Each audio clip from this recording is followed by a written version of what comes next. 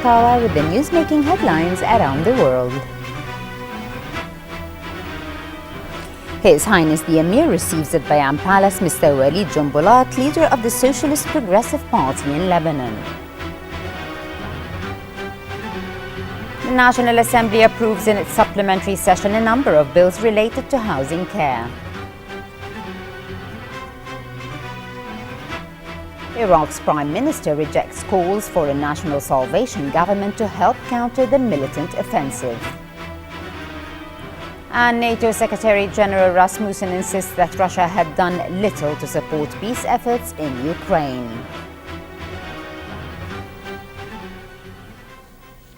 In our first item, Bismillah ar-Rahman ar-Rahim, His Highness the Emir Sheikh Sabah Al-Ahmed Al-Jaber Al-Sabah received this afternoon at Bayan Palace His Highness the Crown Prince Sheikh Nawaf Al-Ahmed Al-Jaber Al-Sabah. His Highness the Emir also received His Highness Sheikh Nasser Al-Muhammad Al-Ahmed Al-Jaber Al-Sabah.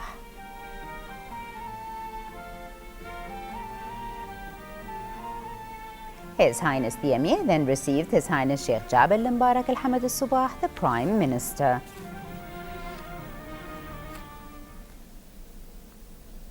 His Highness the Emir Sheikh Sabah Al-Ahmed Al-Jaber Al-Sabah received this afternoon at Bayan Palace the First Deputy Prime Minister and Foreign Minister Sheikh Sabah Al-Khalid Al-Hamad Al-Sabah, accompanied by the leader of the Progressive Socialist Party in the Republic of Lebanon, Walid Jumbulat, and his accompanying delegation on the occasion of his visit to the country. The meeting was attended by the Deputy Minister of the Emiri Diwan Affairs Sheikh Ali Jarrah Al-Sabah.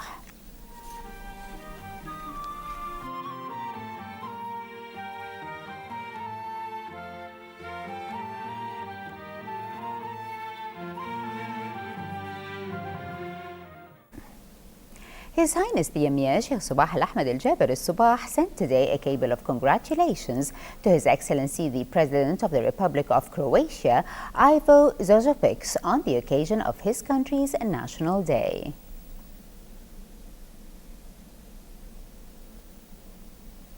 His Highness the Crown Prince Sheikh Nawaf Al-Ahmed Al-Jaber Al-Sabah also sent a cable of congratulations to His Excellency the Croatian President on the occasion of his country's National Day.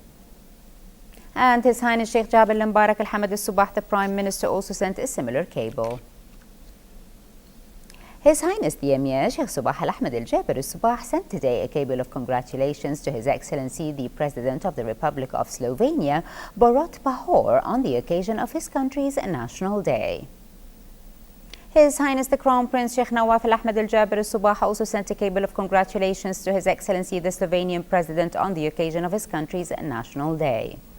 And His Highness Sheikh Jabal Al-Mubarak Al-Hamad Al-Sabah, the Prime Minister, also sent a similar cable. His Highness the Emir Sheikh Sabah Al-Ahmed Al-Jaber Al-Sabah sent today a cable of congratulations to His Excellency the President of the Republic of Mozambique, Armando Guebuza, on the occasion of his country's National Day. His Highness the Crown Prince Sheikh Nawaf Al-Ahmed Al-Jaber Al-Sabah also sent a cable of congratulations to His Excellency the President of the Republic of Mozambique on the occasion of his country's National Day. And His Highness Sheikh Jabal Al-Mubarak Al-Hamad Al-Sabah, the Prime Minister, also sent a similar cable. His Highness the Crown Prince Sheikh Nawaf Al-Ahmed Al-Jaber Al-Sabah received this morning at Bayan Palace His Highness Sheikh Nasser Al-Muhammad Al-Ahmed Al-Jaber Al-Sabah.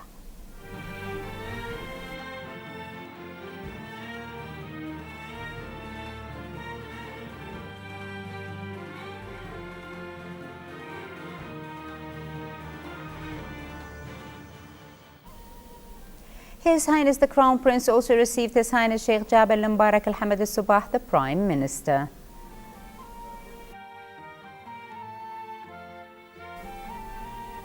His Highness the Crown Prince then received the First Deputy Prime Minister and Foreign Minister Sheikh Sabah Al-Khalid Al-Hamad Al-Sabah. His Highness the Crown Prince later received the Deputy Prime Minister and Minister of Interior and Acting Minister of Awqaf and Islamic Affairs, Sheikh Muhammad Al-Khalid Al-Hamad Al-Sabah.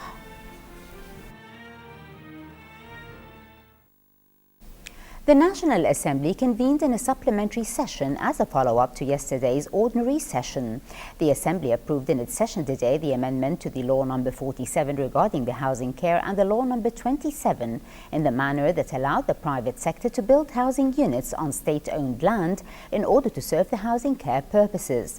The National Assembly also approved another draft law forbidding water pollution. The bill was approved in the first and second reading and referred to the government. With regard to the GCC security agreement, the National Assembly agreed on a proposal by its Speaker to refer the draft law to the Committee of Legislative and Legal Affairs to examine its conformity to the Constitution. The National Assembly will resume its sessions on Monday to further discuss items on its agenda.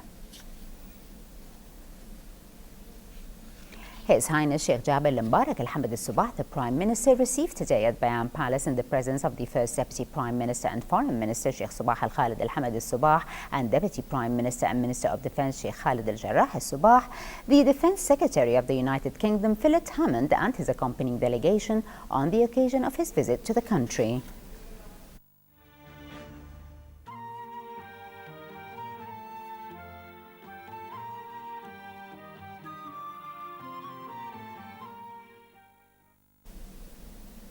His Highness Sheikh Jabir Mbarak Al-Hamad Al-Sabah, the Prime Minister, received today at Bayan Palace in the presence of the First Deputy Prime Minister and Foreign Minister Sheikh Sabah Al-Khalid Al-Hamad Al-Sabah, the leader of the Progressive Socialist Party in the Republic of Lebanon, Walid Jumblat, on the occasion of his visit to the country. The meeting was attended by Ambassador of the State of Kuwait to the Lebanese Republic, Abdelal Al-Qna'i.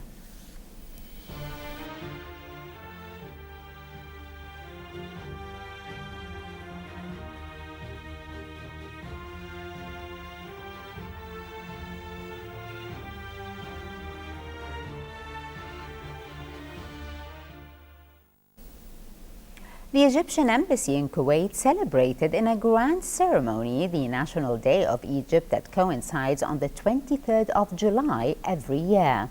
The event was attended by many officials, ambassadors, heads of diplomatic missions in Kuwait, in addition to the Egyptian community living in Kuwait. Heba Abdulrahman was there and has this report. Remarking the 62nd anniversary of the Egyptian Revolution that erupted in the year 1952, the Egyptian Embassy in Kuwait held a reception to receive the well-wishers who came just to participate in the event that took place at the Regency Hotel. His Excellency the Ambassador of Egypt, his deputy, and the military attaché at the Egyptian Embassy were there, as well as the Minister of Information and Minister of State for Youth Affairs, Minister of Housing, and many high-ranking officials in the country.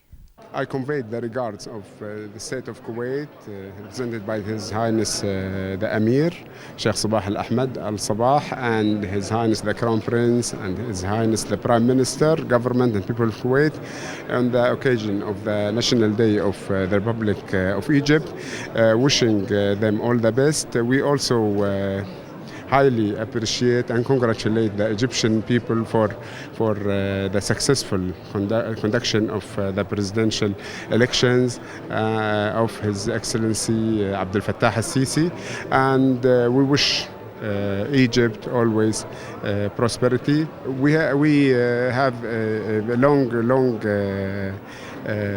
deep relationship and constructive relationship with Egypt, and we wish to resume that. We stand as Kuwait with our brothers in Egypt in all events, wishing them all the best. I want to say to Egypt that we are all here today in Kuwait attending this ceremony. It's the National Day of Egypt today. They are celebrating today instead of July because of the month of Ramadan. But we are all here surrounding Egypt with our love, with our hopes for a better future. As a French ambassador here in Kuwait, I love Egypt, I love this country. I served in Egypt for 4 years. I was a counselor at the French embassy in Cairo. I would like to extend my best wishes for further peaceful development in Egypt on the occasion of this wonderful celebration here in Kuwait in honor of the Arabic Republic of Egypt and the colleagues from the embassy, starting with the ambassador. The 1952 revolution aimed at having a great political, economic, and above all social change in Egypt. Moreover, the historical relations of Kuwait and Egypt has been recently taken to the highest levels that are shown in the recent mutual visits on many and varied levels. With joy and pride, the Egyptian embassy in Kuwait celebrated the National Day of Egypt that coincides with the 62nd anniversary of the revolution that erupted in the year 1952, establishing the Egyptian Republic. From the Regency Hotel, this is Heba Abdulrahman reporting for English News.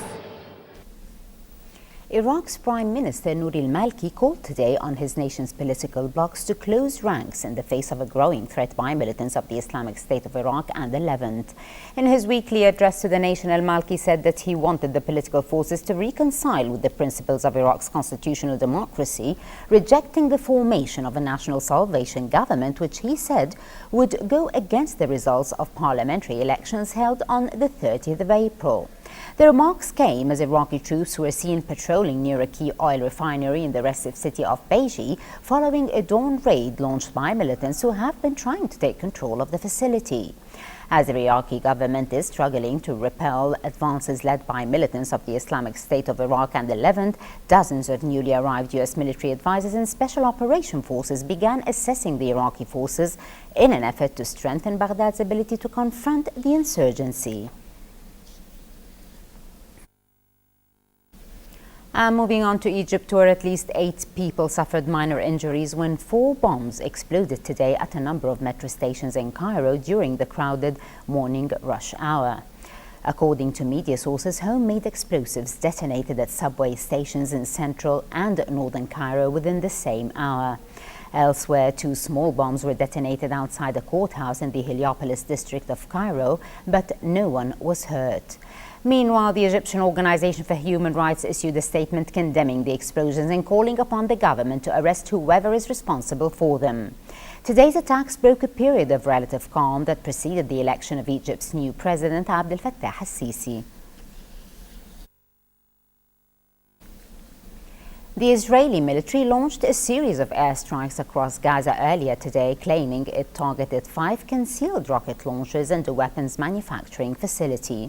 In Khan Yunis in the southern Gaza Strip, a chicken farm was extensively damaged, with debris strewn around a large crater. Meanwhile, in Nusayrat, in the central Gaza Strip, another building also sustained visible damage. Officials said 2 people were wounded in the strikes. The Israeli military claimed Gaza fired a total of 5 rockets at Israel late yesterday evening. The area saw an increase in violence over the past 2 weeks since 3 Israeli teenagers disappeared in the West Bank. Israel accused Hamas of being behind the apparent abduction. Libyans defied ongoing turmoil in their nation today to vote in parliamentary elections, the 3rd nationwide ballot since the toppling of longtime dictator Muammar al-Gaddafi.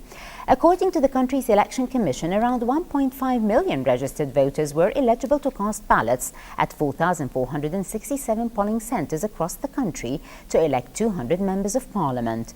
The vote is a key step in transition for Libya, embroiled in deep political chaos and instability, mainly because of the absence of a strong military and police force.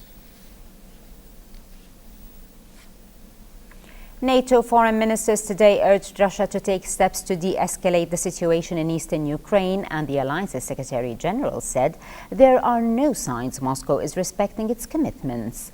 Anders Fogh Rasmussen, NATO's top civilian official, made the comments ahead of a meeting of the alliance's foreign ministers, including U.S. Secretary of State John Kerry in Brussels. The meeting is the final gathering of high-ranking government officials before the summit of NATO's leaders, which is scheduled to take place in Wales in September.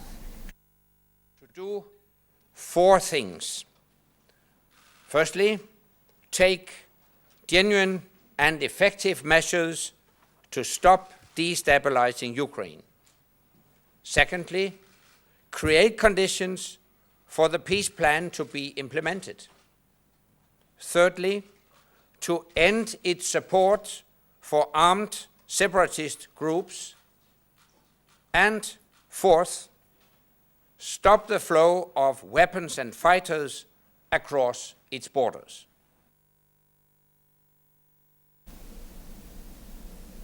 And moving to the local financial news, where the three main indices of Kuwait Stock Exchange ended trading session with a positive performance as the price index gained 28 points to reach 6,965 points. The KSX 15 index also put on 11 points and settled at the level of 1,154 points. The share of Tamdeen Real Estate Company was the top gainer of the day, while that of the Gulf Investment House was the top decliner. And in our final item today, in the penultimate day of the group stage World Cup matches today, Nigeria will battle it out with Argentina for first place in Group F, while Iran is set to play against Bosnia and Herzegovina. Honduras will go up against Switzerland, and France is going head-to-head with Ecuador in the hopes of remaining at the top of the Group E listings. Yesterday's matches saw Uruguay defeat Italy 1-0 to cement the team's place in the second stage. England and Costa Rica tied by full time with neither side scoring any goals, leaving Costa Rica at the top of D Group with 7 points and England at the bottom with 1 point. Colombia thrashed Japan 4-1, putting the team through to the second stage, and Greece narrowly beat the Ivory Coast 2-1 by full time. The second stage match lineups will now see Greece go up against Costa Rica and Colombia play Uruguay.